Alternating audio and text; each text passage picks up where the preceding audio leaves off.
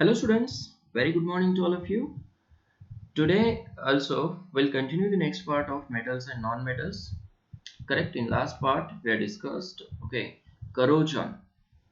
Correct na, protection of metal from corrosion was the last point. Correct na? ठीक है. Now today we'll discuss the very important point again. That is alloys. Okay, तुम्ही 10th मध्ये study केलं असणार आहे वळण alloys. खूप महत्वाचा पार्ट आहे कारण काय डे टू डे लाईफ मध्ये आपण अलॉयज खूप यूज करतो instead of pure metals. Correct ना? ठीक आहे, मग हेडिंग द्या, that is alloys. What are alloys? Alloys are homogeneous mixture. Homogeneous mixture of two or more metals. Two or more metals. Or metals and few amount of non-metals.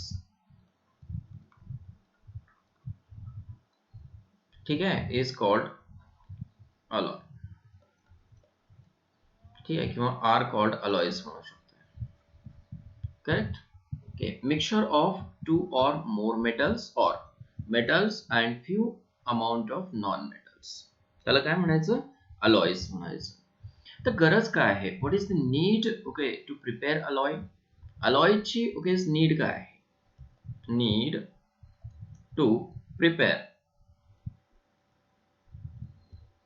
Alloys काय need असू शकते? To change the properties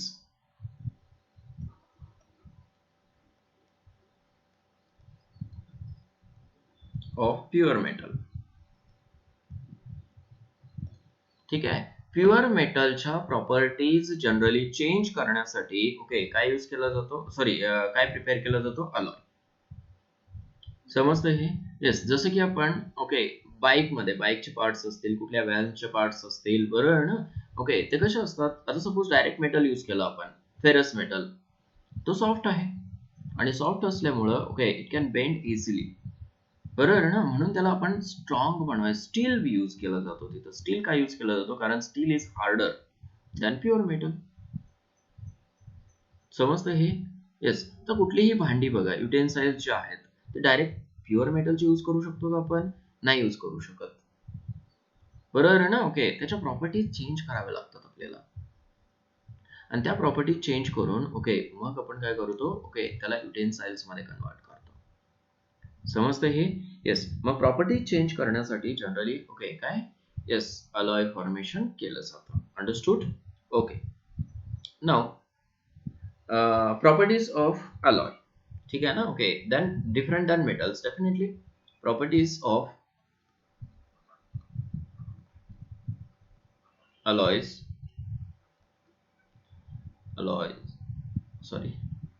which are different than metals are. ठीक आहे ना? कुठल्या कुठल्या properties आहेत मेटलच्या जे की अलॉयच्या ज्या डिफरंट आहेत दॅन मेटल? त्याच्यामध्ये फर्स्ट प्रॉपर्टी आहे बघा, अलॉयज आर स्ट्रॉंगर. बरोबर आहे ना? Alloys are stronger than, correct ना? मेटल्स.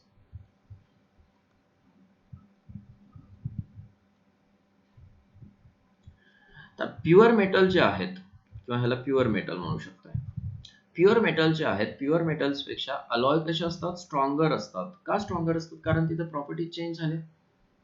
समजतंय ना? त्याची टेन्साइल स्ट्रेंथ काय होते? इन्क्रीज होते due to addition of other metals in it और नॉन मेटल्स इन इट. जसं की स्टील आहे, तुम्हाला नोन असणार आहे स्टील, बरोबर आहे ना? फेरसचा अलॉय आहे, त्याच्यामध्ये कार्बन ऍड केला जातो ऍट हायर टेम्परेचर, करेक्ट ना? मोल्टन स्टेट मध्ये. म्हणून काय तिथं स्टील जो आहे तो कसा स्ट्रॉंगर आहे, त्याची टेन्साइल स्ट्रेंथ काय होते? इन्क्रीज होते. समजलं ना? ठीक आहे. नेक्स्ट वन, हार्डर, ठीक है ना, alloys are harder than pure metals. Very important. Pure metal कसे असतात? Pure metals are soft. Pure metal soft असतात, बरोबर आहे ना. ओके, मग त्याला हार्ड बनवण्यासाठी काय करतात, त्याचं कन्व्हर्जन अलॉयज मध्ये करतात. करेक्ट ना. ठीक आहे. Most important point related to the alloys is alloys are more resistance. Alloys are more resistant, लक्षात येते का बघा, to corrosion.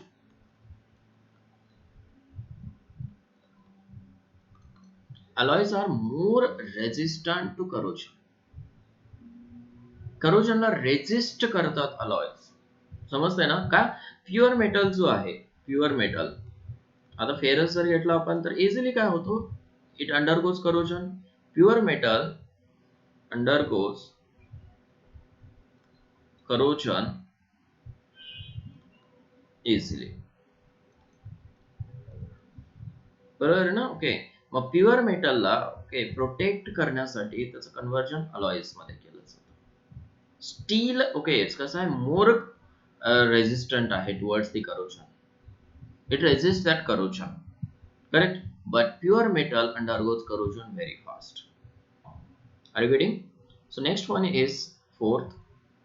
Okay, alloys have lower melting points than the constituent metals. त्याच्या प्रॉपर्टी चेंज होतात, लक्षात ठेवा. alloys have lower melting points than the constituent metals.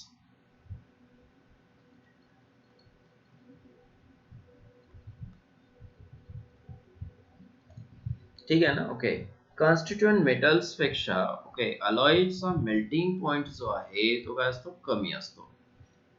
ठीक आहे ना. ओके, त्याच्या प्रॉपर्टी चेंज होतात, त्याच्या इंटरनल ज्या मेकॅनिझम्स आहेत तुम्हाला इथं नाही आहेत.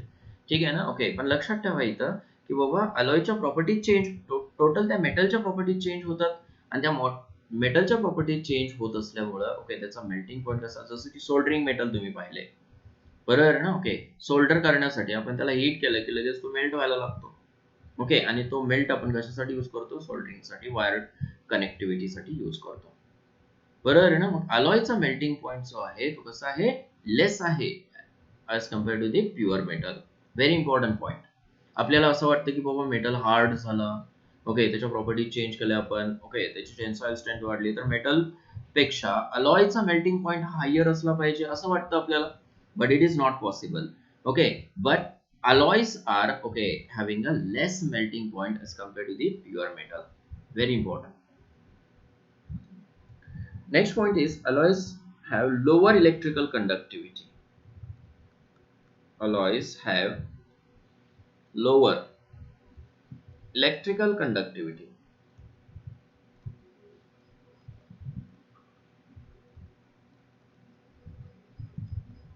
than pure metal.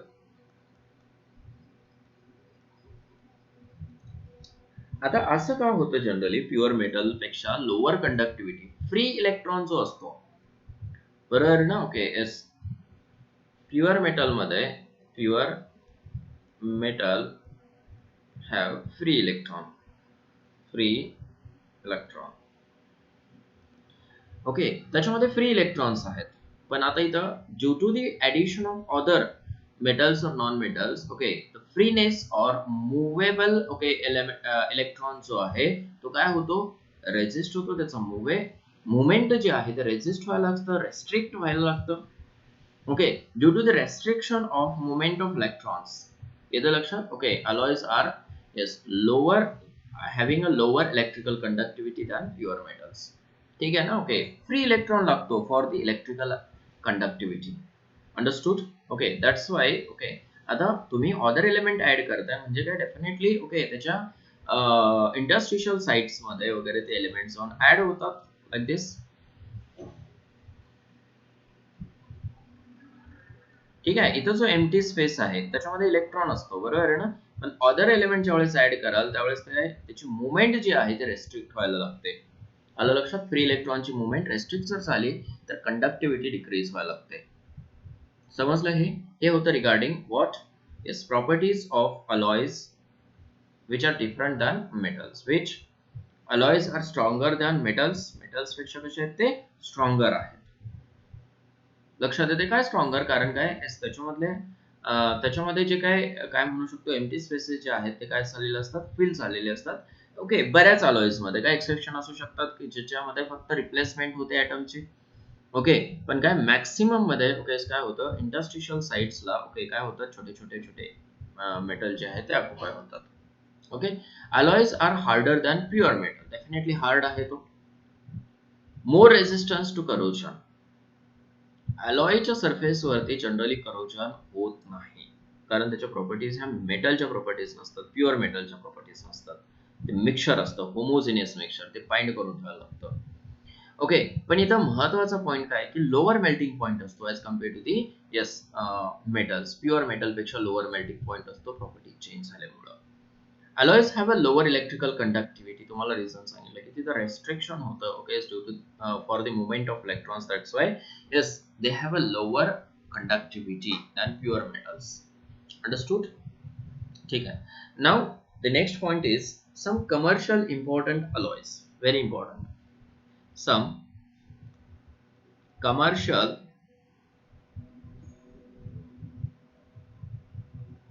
commercially important alloys. ठीक आहे ना. ओके. त्याच्यामध्ये फर्स्ट आहे, आता इथं काय लक्षात ठेवायचं वळण तुम्हाला, हे कॉम्पिटेटिव्ह एक्झामला सुद्धा खूप महत्वाचं आहे. ओके. त्याच्यामध्ये तुम्हाला मेटलचं कंपोजिशन, बरोबर आहे ना, म्हणजे त्या अलॉयज मध्ये कंपोजिशन काय आहे आणि त्याच्या प्रॉपर्टीज काय आहेत आणि त्याचे युजेस काय आहेत हे मोस्टली तुम्हाला लक्षात ठेवायचं इथं. ओके. मग फर्स्ट आहे brass. Very important alloy. Composition काय आहे ब्रॉसचं? Okay. First of all composition.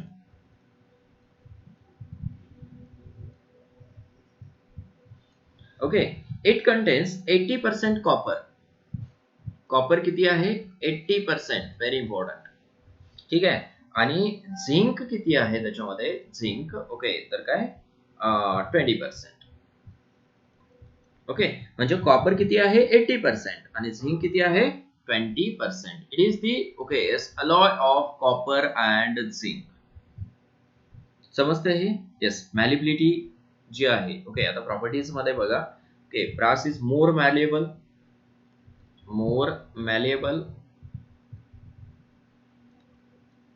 and stronger. More malleable and stronger okay than pure metal. Pure metal पेक्षा ओके हा मेटल म्हणजे कोण असतो? कॉपर. ओके. प्युअर मेटल पेक्षा ओके तो कसा आहे? मोर मॅलिएबल आहे. Malleable means can be converted into sheets easily. Correct. Property change झाली थोडक्यात. आलं लक्षात?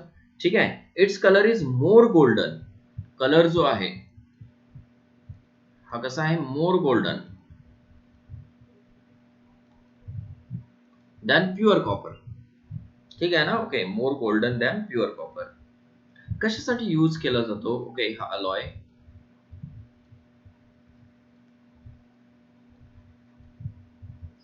Okay.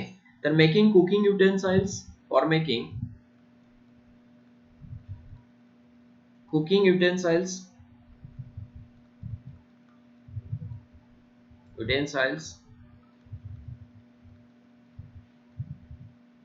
Correct. Screws. Theoretical part आहे आणि तुम्हाला थोडंसं ह्या गोष्टी पाठ कराव्या लागतात, जास्त तुम्हाला प्रॅक्टिस करावं लागतं. Screws, nuts, bolts, nut bolts म्हणतो ना आपण. येस. वायर्स बनवण्यासाठी, ट्यूब्स बनवण्यासाठी, tubes of scientific, and musical is what? Instruments.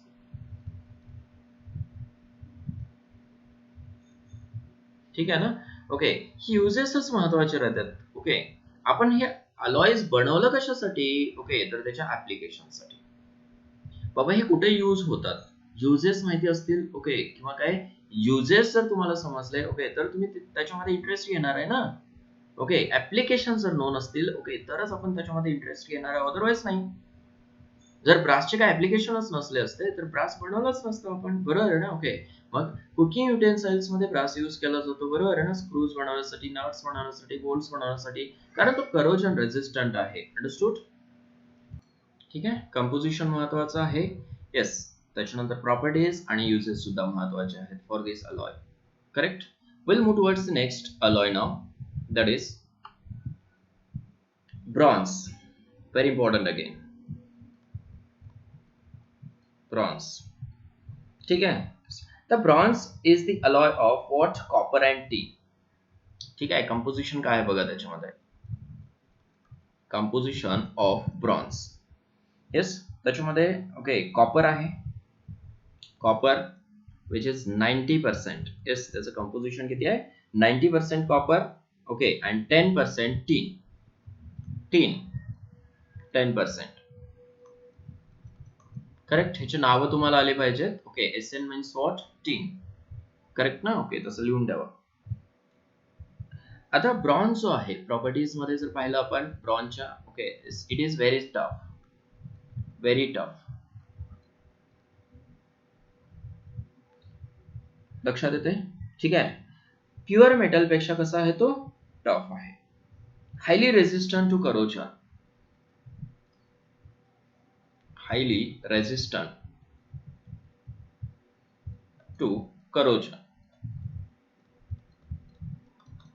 ठीक आहे ना? ओके, येस, रेझिस्टंट आहे तो, आणि अलॉयज हे रेझिस्टंट असतातच, ओके, टू दी करोजन. ठीक आहे. ओके, करोजन रेझिस्टंट पण आहे, ओके, आणि काय तो टफ पण आहे.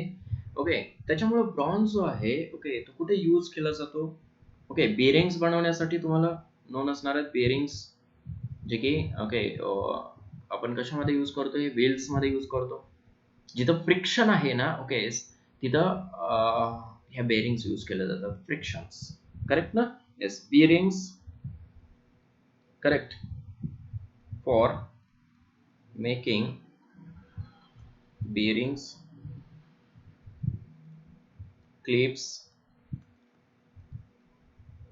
ठीक है, electrical connectors, electrical connectors, springs. ठीक है, in shapes.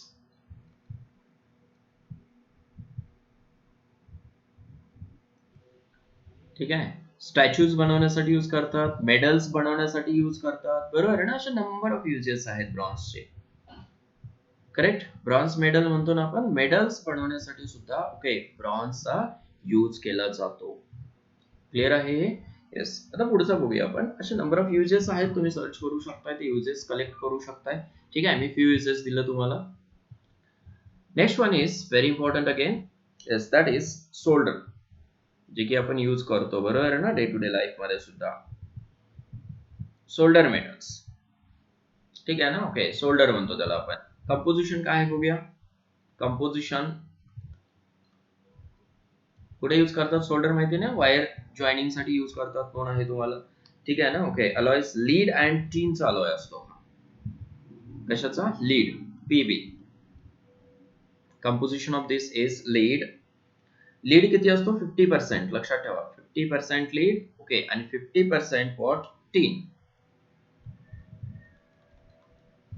50% lead and 50% tin. Correct. आता ह्याचा मेल्टिंग पॉइंट जो आहे प्रॉपर्टीज मध्ये, मेल्टिंग पॉइंट हा लेस असतो as compare to the, okay, pure metal. लक्षात ठेवा हे. ठीक आहे ना? Okay, yes, melting point is less than that of pure metal.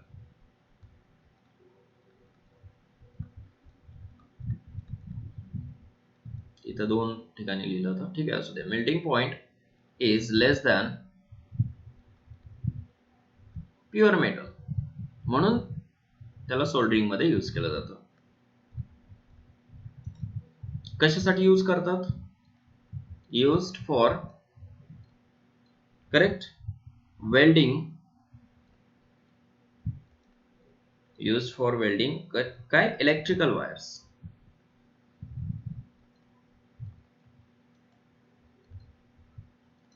Correct.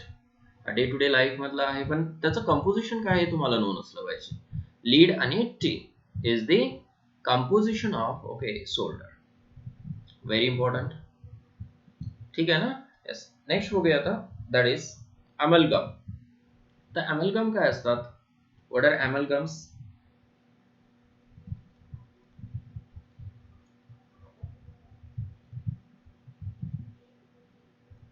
ठीक आहे. Amalgam is the alloy of mercury with other metals. Correct na? Okay, alloy of mercury with other metals. Mercury म्हणजे Hg plus other metal except, exception पण आहे, very important, except iron and platinum. Okay. Ferrous आणि platinum जो आहे किंवा iron आणि platinum जो आहे तो काय अमलगम फॉर्म करत नाही, हे तुम्हाला लक्षात ठेवावं लागेल. अंडरस्टूड? ठीक आहे. आता अमलगम्स जे आहेत, फॉर एक्झाम्पल सोडियम अमलगम म्हणतो आपण, सोडियम अमलगम.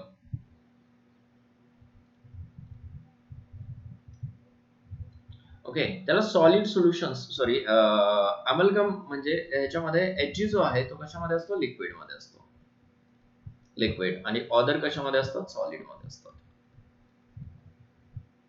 बरोबर आहे ना? Okay. Yes. Solid in liquid किंवा लिक्विड इन सॉलिड असं पण म्हणू शकतो. लिक्विड इन सॉलिड म्हणजे अमलगम थोडासा पार्ट जर आपण सॉलिड मध्ये ऍड केला तर तो सॉलिड सोल्युशन होतो. Which solution? Solid solution. Alloys काय आहेत generally? alloys are solid solutions. Solid solutions. ठीक आहे ना. ओके. जनरली आतापर्यंत तुम्ही लिक्विड सोल्युशन्स स्टडी केले फक्त. मग अलॉयज काय आहेत? सॉलिड सोल्युशन्स आहेत. लक्षात ठेवा. गॅसेस सोल्युशन म्हणजे मिक्सचर ऑफ गॅसेस. समजतं हे? सोडियम अमलगमला कसं लिहाल तुम्ही? NaHg. Sodium amalgam. Zinc Hg. Zinc amalgam. समजतंय ना? ओके. येस. मग वेगवेगळे मेटल जर ऍड केलं त्याच्यामध्ये ओके तर त्याचा काय फॉर्म होतो? अमलगम फॉर्म होतो. आलं लक्षात हे? ओके. एक्सेप्शन एक लक्षात ठेवायचं तुम्हाला. ओके. आणि अमलगम कशाला म्हणतात हे एक लक्षात ठेवायचं. आणि हे जनरली काय आहेत? सॉलिड सोल्युशन्स आहेत. क्लिअर? जनरली ना ओके हे अमलगम्सचे सोल्युशन जे आहेत ते कशासाठी? मेटल एक्सट्रॅक्शन साठी यूज करतात. used for metal extractions.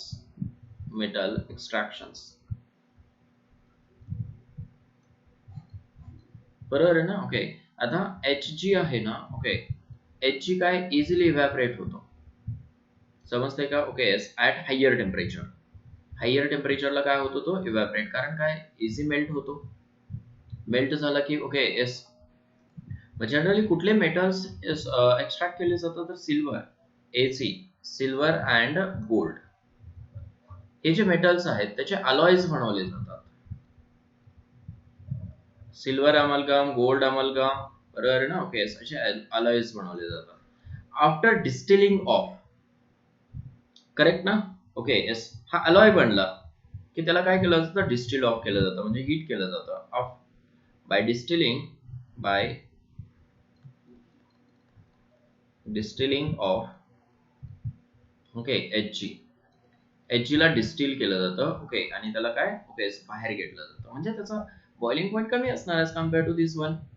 आलं लक्षात? Distilling of okay Ag and Au are separated. त्याच्यासाठी ओके जनरली काय हे अलॉयज फॉर्मेशन यूज केलं जातं. मर्क्युरीचा अलॉय खूप महत्वाचा आहे for extraction of silver and gold. Clear. Next alloy कडे जाऊया आपण. थेरॉटिकल पार्ट आहे बघा. ओके थोडस केअरफुली ओके करायचं आहे कारण इथं प्रॅक्टिस लागते. एक एक एक एक एक पॉइंट नोट करून ठेवायचा. बरोबर आहे ना. Okay yes. आणि तेच तेच तेच सतत सतत प्रॅक्टिस करत राहायचं. Clear. Okay next one is duralumin. Very important again. Duralumin. Correct. आता ड्युरॅल्युमिन जो आहे ओके तो कशाचा अलॉय आहे परत. Composition of duralumin. What is composition. yes it is the alloy of aluminium, correct, with copper. Aluminium okay yes is the main constituent. Okay त्याच्यासोबत कोण कोण असतात बघा. ओके कॉपर, ठीक आहे, मॅग्नेशियम, ओके येस, मॅग्नीज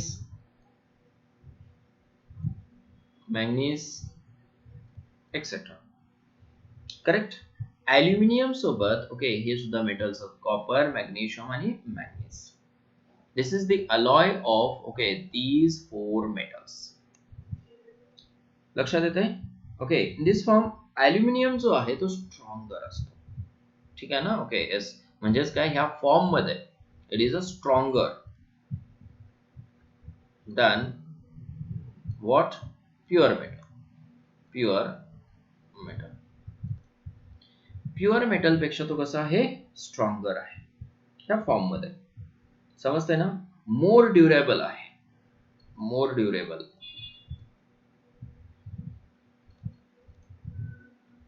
ठीक आहे ना. जास्त दिवस टिकतो तो as compare to pure metal. Stronger पण आहे ड्युरेबल पण आहे.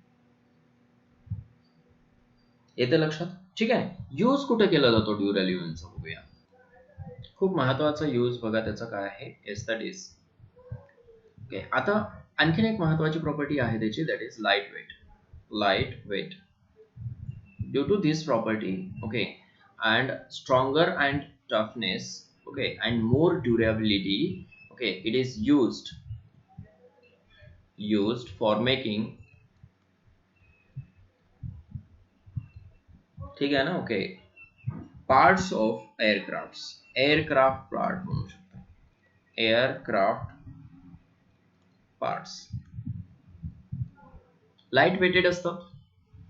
बरोबर आहे ना. ओके त्याच्यामुळे एअरक्राफ्ट म्हणजे हेलिकॉप्टरचे पार्ट्स असतील. ओके एरोप्लेनचे पार्ट्स असतील. लक्षात येते. हे बनवण्यासाठी जनरली यूज करतात. ड्युरेबल आहेत, लाईट वेटेड आहेत. ओके त्याच्यामुळं ॲल्युमिनियम तिथं यूज केला जातो. समजलं. Very important use for making aircraft parts. Understood. ठीक आहे पुढे जाऊया आता. Okay next alloy is magnalium. ठीक आहे ना. Okay SH मॅग्नेलियम.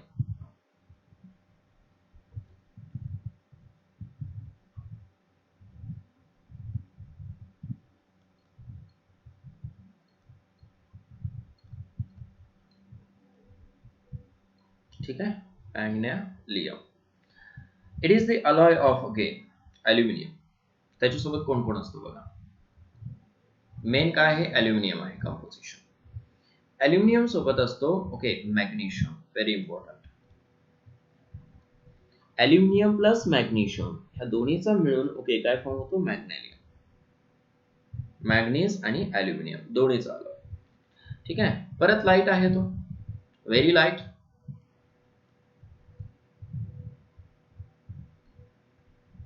लाईट वेट म्हणू शकता. लक्षात येते. Okay yes as compare to pure aluminium. आणि स्ट्रॉंगर सुद्धा असतो. स्ट्रॉंगर. करेक्ट. आणि यूज कशासाठी केलं जातो ओके तर काय परत एअरक्राफ्ट मध्ये. ठीक आहे ना. ओके येस ऑटोमोबाईल्स मध्ये पण यूज केला जातो. एअरक्राफ्ट मध्ये यूज केला जातो.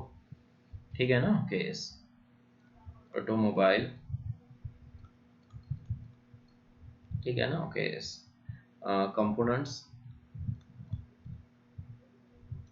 आणि काय, एअरक्राफ्ट्स.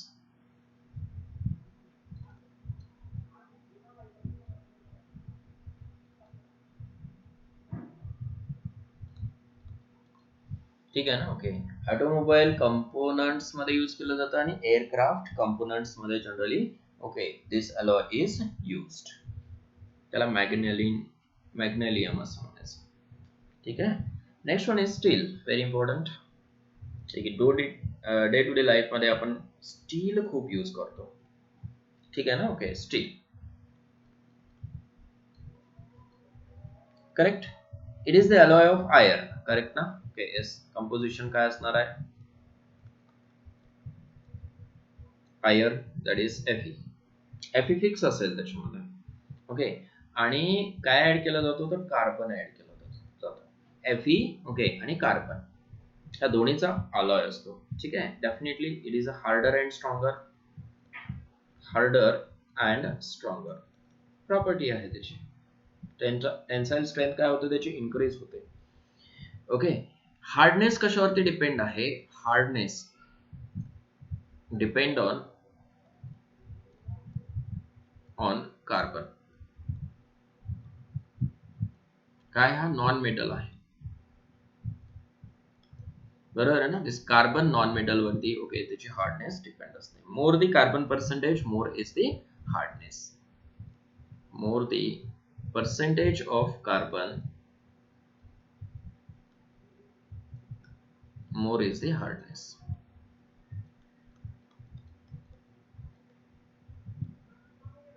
कार्बनचं पर्सेंटेज वाढवत गेलं, 5% पर्यंत जरी वाढवत गेलं ना, okay, yes, more the percentage of carbon, more is the hardness. जेवढं पर्सेंटेज वाढवलं तेवढा तो ब्रिटल होत जातो. ब्रिटल, समजतंय ना. ठीक आहे. मग कार्बन, ओके, जे कंटेंट आहे कुठपर्यंत असतं मॅक्सिमम, तर 0.1% टू, ओके, येस, 1.5%. ठीक आहे. कार्बनचं पर्सेंटेज आहे, ओके, स्टील मध्ये depend on the quality, okay, किती असतं, 0.1 to 1.5. समजलं. ठीक आहे. Same property, it is again corrosion resistant आणि स्टील कुठे यूज केला जातो हे तुम्हाला नोन आहे, बरोबर आहे ना. आपल्या अराउंडला, ओके, नंबर ऑफ इन्स्ट्रुमेंट्स असतील, नंबर ऑफ, ओके, युटेन्साइल्स असतील, किंवा नंबर ऑफ, ओके, ऑब्जेक्ट्स असतील, त्याच्यामध्ये स्टील तुम्हाला पाहायला मिळतो, बरोबर आहे का. येस. ठीक आहे. येस बाळांनो, आता आपण आज काय काय स्टडी केलं ऍक्च्युली ना, ओके, होल टॉपिक मध्ये, ओके, बऱ्याच गोष्टी एक्स्ट्रा मध्ये पण घेतलेल्या आहेत तुम्हाला. ठीक आहे ना, ओके. काही गोष्टी ज्या थेरॉटिकल पार्ट आहे, ओके, तो 11th ला टच करून दिला, ओके. काही कन्सेप्ट एक्स्ट्रा घेतलं, ओके, जो की 11th आणि 12th ला सुद्धा टच करून दिलेला आहे टॉपिक मध्ये. ठीक आहे ना, ओके. हा टॉपिक थेरॉटिकल असल्यामुळं मेटल्स आणि नॉन मेटल्स, मेटॅलर्जीला कनेक्ट होतो, इलेक्ट्रोकेमिस्ट्रीला कनेक्ट होतो, त्याच्यानंतर, ओके, रिडॉक्स रिएक्शनला कनेक्ट होतो. अशा वेगवेगळ्या 11thच्या चॅप्टरला, ओके, बाळांनो, मॅक्सिमम कनेक्ट होतात हे टॉपिक्स. त्याच्यानंतर नेक्स्ट काय, एस ब्लॉक एलिमेंटला कनेक्ट होतो, ओके, आणि इव्हन पी ब्लॉक एलिमेंट्सला सुद्धा हा टॉपिक कनेक्ट होतो. येते लक्षात. ठीक आहे. येस. आपण होल टॉपिक मध्ये, ओके, बऱ्याच गोष्टी स्टडी केलेल्या आहेत, ओके. जे महत्वाच्या गोष्टी आहेत, ओके, त्या 11th मध्ये परत रिपीट होणार आहेत, त्याच्यामुळे खूप केअरफुली करायचं आहे, लक्षात येते. ठीक आहे. होल टॉपिक इथे संपलेला आहे आता. ओके. उद्याच्या लेक्चरला आपल्याला काय स्टडी करायचं आहे, तर questions belongs to the chapter. ठीक आहे ना, ओके. बॅक साइडचे जे काही क्वेश्चन्स दिलेले आहेत ते क्वेश्चन्स डिस्कस करूया. काय आणखीन महत्वाचे क्वेश्चन्स असतील तर त्याच्यामध्ये मी तुम्हाला ऍड करून देतो, ते क्वेश्चन सुद्धा आपण काय नेक्स्ट लेक्चरमध्ये डिस्कस करूया. ठीक आहे ना, ओके. आणि परत एकदा सांगतो की हा टॉपिक कसा आहे, थेरॉटिकल आहे, थेरी खूप असते आणि कन्सेप्ट खूप कमी आहे त्या टॉपिक मध्ये, बरोबर आहे ना, ओके. त्याच्यामुळे काय, थोडंसं बोरिंग वाटतं आपल्याला हे टॉपिक स्टडी करते वेळेस, ओके. पण त्याला सिरियसली स्टडी करायचं. आपल्याला स्टडी करते वेळेस कसं स्टडी करायचं की बाबा काहीतरी नवीन स्टडी करतोय आपण, बरोबर आहे ना? Okay yes. असे काहीतरी गोष्टी आपण त्याला तुम्ही सर्च पण करू शकताय बऱ्याच गोष्टी. ओके येस, वेगवेगळे बुक्स घेऊन. ओके येस, अलॉईज बद्दल आणखी काय इन्फॉर्मेशन मिळते का बाबा? ओके, ह्या गोष्टींकडे सुद्धा तुम्ही जाऊ शकताय. समजतंय ना? Okay yes. म्हणजे थोडंसं इंटरेस्ट घेऊन स्टडी, थेरॉटिकल पार्ट जरी असला तरी इंटरेस्ट घेऊन आपल्याला ते स्टडी करता आलं पाहिजे. कारण बाळांनो त्याच्यावरती आपल्याला एक्झाम द्यायची आहे, त्याला एक्सक्लूड करून चालणार नाही आपल्याला. त्याला टार्गेट ठेवून चालावं लागेल, त्याला एम ठेवून चालावं लागेल आपल्याला. समजतंय ना हे? Yes. Today will stop here. Okay, all the best.